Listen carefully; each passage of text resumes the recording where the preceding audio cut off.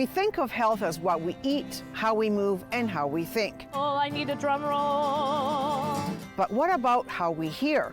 This tells us how well your eardrums are moving. On today's show, listen to this: sound and health.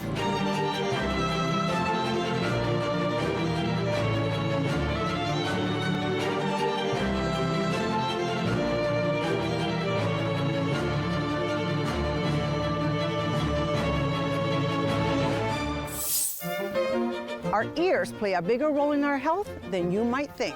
37% of Canadian adults have hearing loss, and that number only increases as we age, reaching as high as 78% for those in the 60 to 79 age bracket. Hearing loss affects more than just your ears. It changes how you think, feel, and connect with others.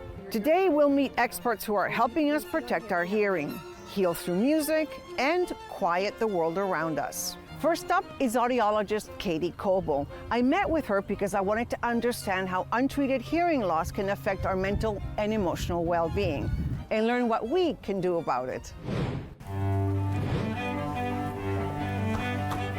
Okay, Carmen, can you hear me okay there? It's a trick if I can't hear you. There you go. Can you hear me now? Yeah. Okay.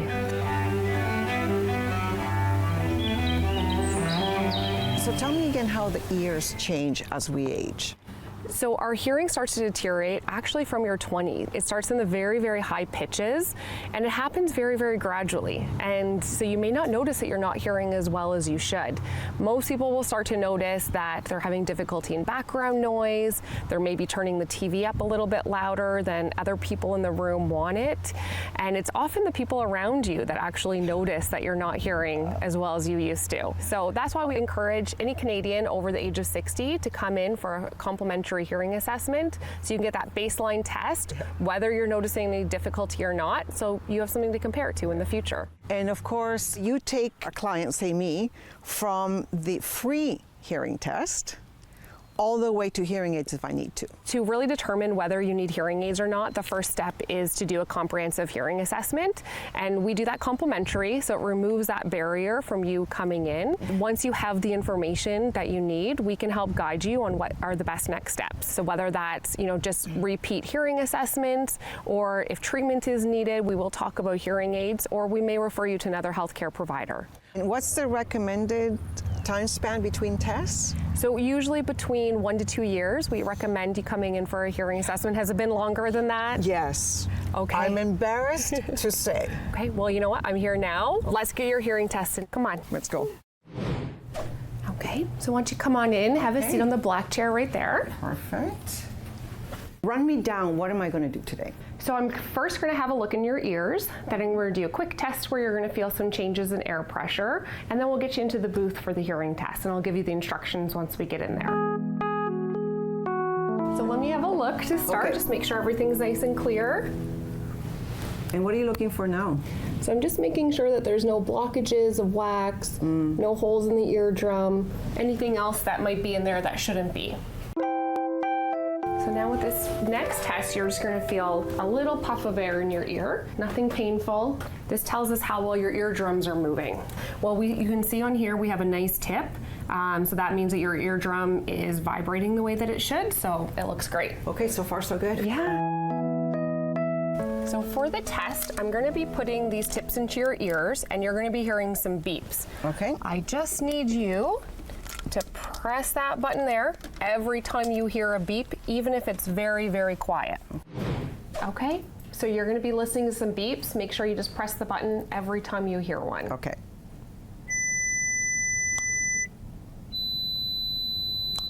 So I'm going to read out some words, and I'd just like you to do your very best to repeat them back. If you're not sure, it's okay to take a guess.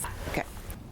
Hot house. Hot house. Armchair. Armchair. Inkwell. Inkwell. Okay, great. We're going to do one more test. Okay. You're going to hear a woman speaking, and there's going to be some background talkers. I want you to do your best to repeat back the sentence that the woman is saying. Okay. A white silk jacket goes with any shoes. A white silk jacket goes with any shoes. The child crawled into the dense grass. The child crawled into the dense grass. Okay, We are all finished. I'm going to come get you out. Okay. Is there anything I should be concerned about just off the top? Everything's looking great. Okay, good. Okay, so this is what we call an audiogram. It's the way that we chart hearing. So across the top, we've got frequencies going from low frequencies to high, and that corresponds to the pitch of sound. So very low pitch sound to very high pitch. Do you remember how the beats kind of changed? Yes, that was tricky. And then down the side, we've got loudness levels going from very, very quiet to very loud. Now I've made a mark at each pitch, the very softest sound that you could hear. All of these O's are your right ear, all of the X's are your left ear. Anything above this line here is considered normal hearing. So good news is your hearing is within the normal range for both of your ears. So this is going to get worse. It's just aging, right? It's definitely more common as we age, hearing starts to deteriorate. Yeah. At what rate that happens is a little bit different for everyone. So that's why we recommend that you come in for a routine hearing assessment so that you can stay on top of it. Now, I see a pair of hearing aids on your desk, and I'm curious about that. Can you just educate me a little bit more? So there are lots of different styles, but this is definitely the most popular one that we have nowadays.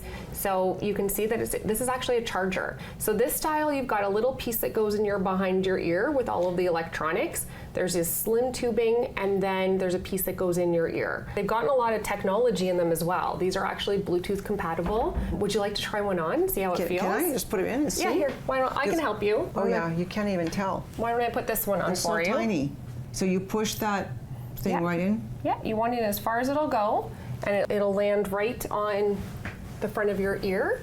Well, they are awfully discreet. They've definitely gotten a lot smaller, a lot more comfortable to wear, but still tons of technology fit within them. Well, thank you for showing me this. You're very welcome. I'm glad that you took this important first step to get it tested. Yeah. And we'd be happy to see you again in 18 to 24 months so that you can continue to live the life that you want and love your ears. Oh yeah, I love that. Thank you.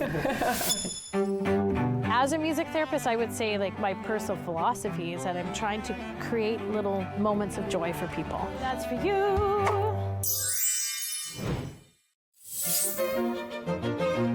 Welcome back. We're learning how sound connects to health in powerful ways. For people living with dementia, music can unlock memories and spark joy, even when words are hard to find.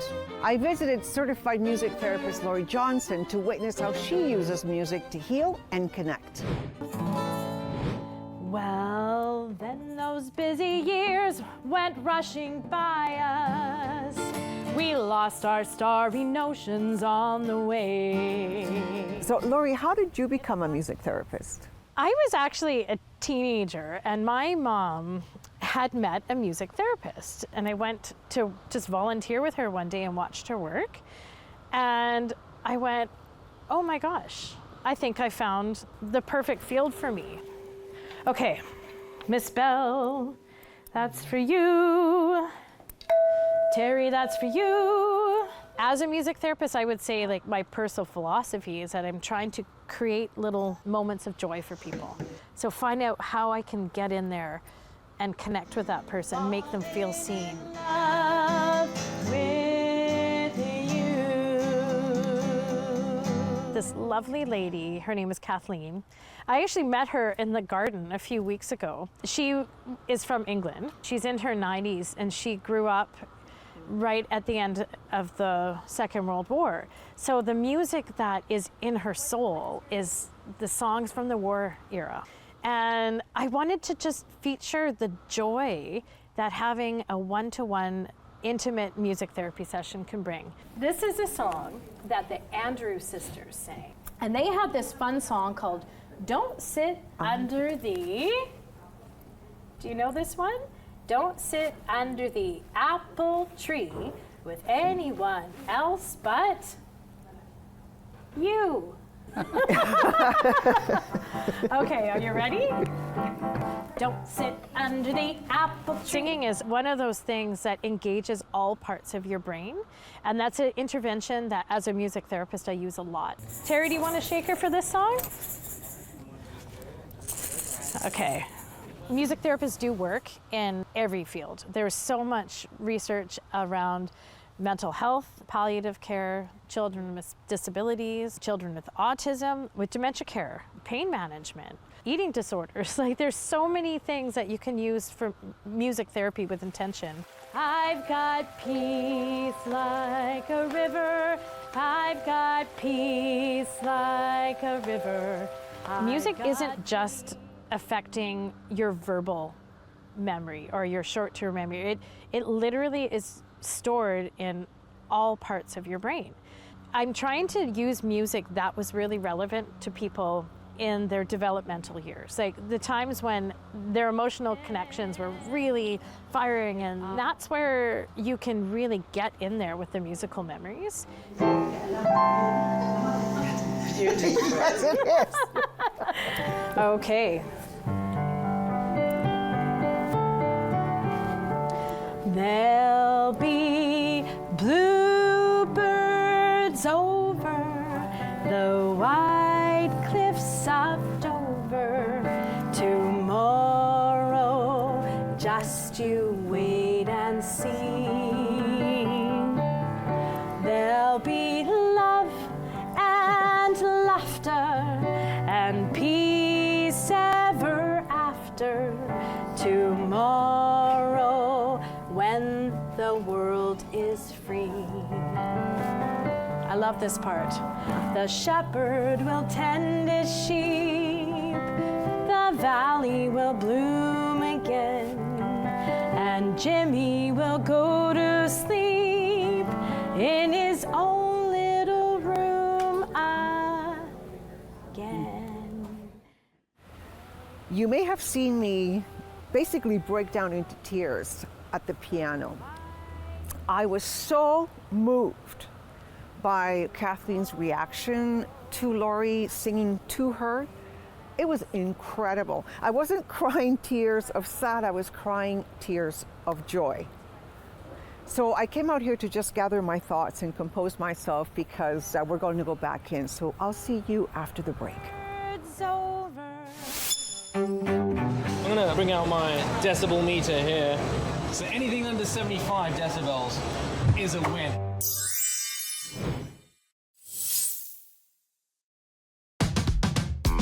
Hi everybody, welcome to Granville Island here in the heart of Vancouver. One of the busiest food markets in North America, but it's also one of the best. When it comes to panware, you have the classic cast iron. It's not good for one generation, it's good for 5 generations. But if you're looking for a really good pan, in my choice, stainless steel is always great. You're always looking for that thick bottom pan, something that you can actually get a really good sear and a really good sizzle. We not only cook with our eyes and a sense of touch, we also cook with our sense of hearing.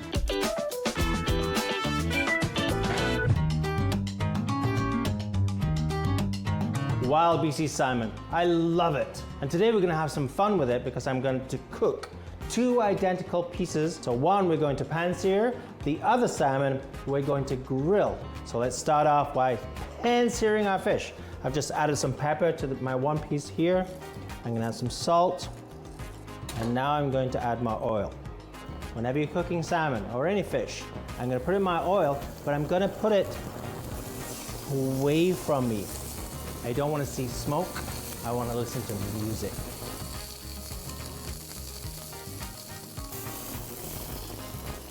Golden brown.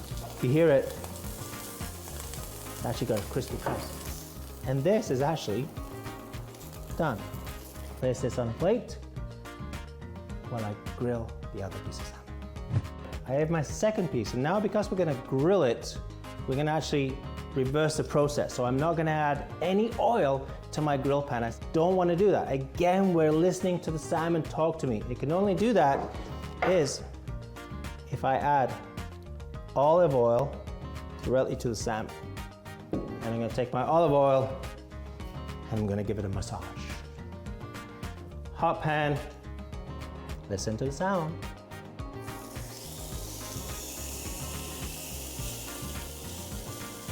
That's so beautiful.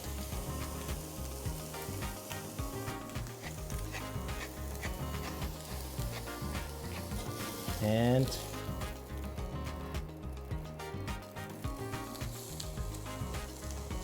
Sense of touch is also a good way to know when your salmon's cooked. I want a good spring back. This one is a little spongy still. Doesn't give me much force back, but if you get a good spring, you know it's ready to come off. This is a pico de gallo. Tomato, onions, cilantro, lime. This is my seasoning for today. And basically it's lemon with seaweed. So that's just gonna get aside. To bring it all together, a green onion, simple, easy, and delicious.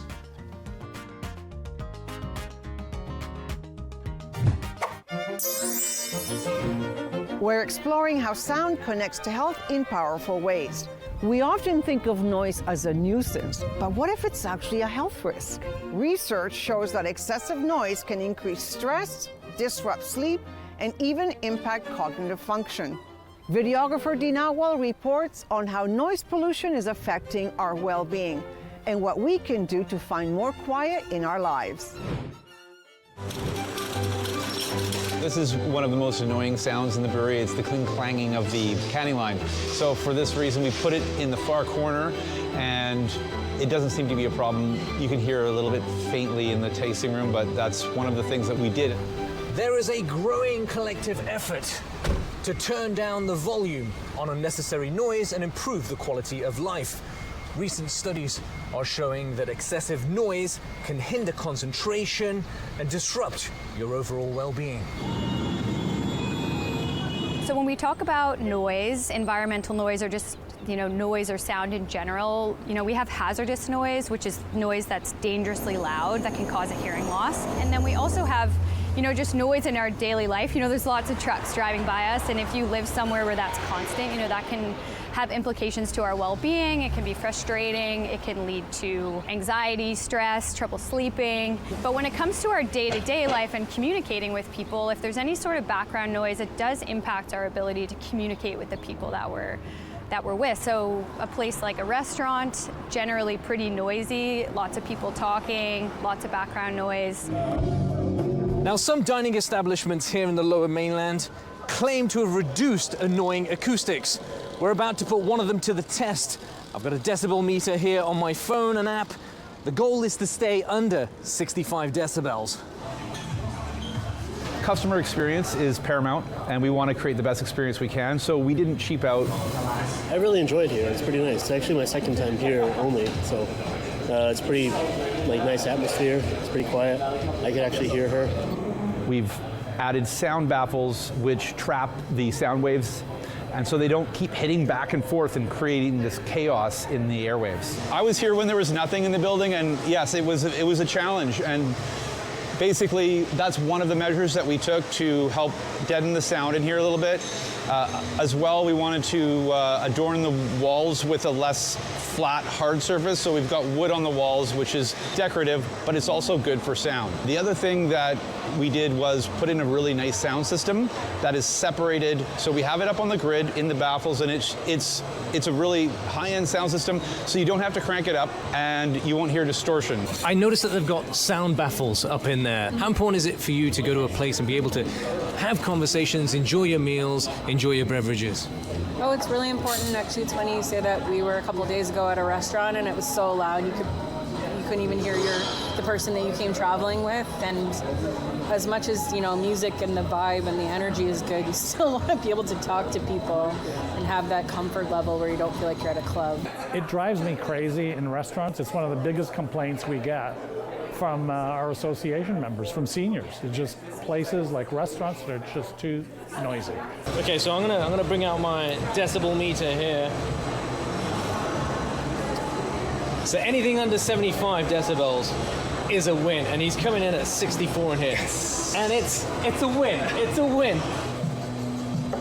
How important is it for you to be able to go to places and have conversations, especially over a beer or dining? Very important. You don't want to be yelling. It sucks to go in somewhere and not be able to hear someone.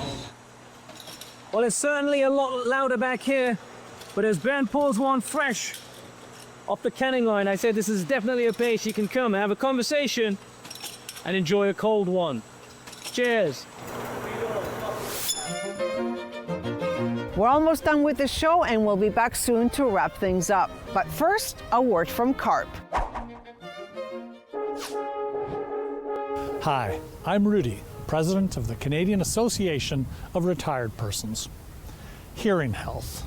It's incredibly important to mental health. After years of my wife's complaining, I finally gave in and got hearing aids, and lo and behold, I can hear much better.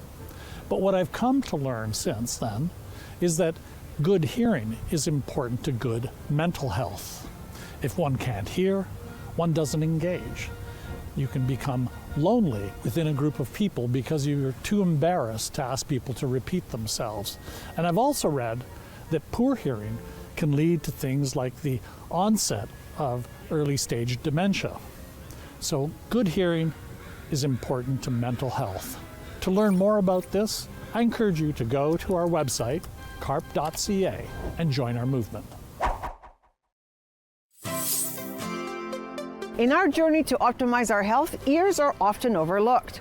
I hadn't had a hearing test in 7 years, and that's too long. Today reminded me, and hopefully reminded you, that hearing health is mental health, emotional health, and quality of life. And let's not forget, hearing aids today are sleek, subtle, and worlds away from the clunky ones that my father used to wear decades ago.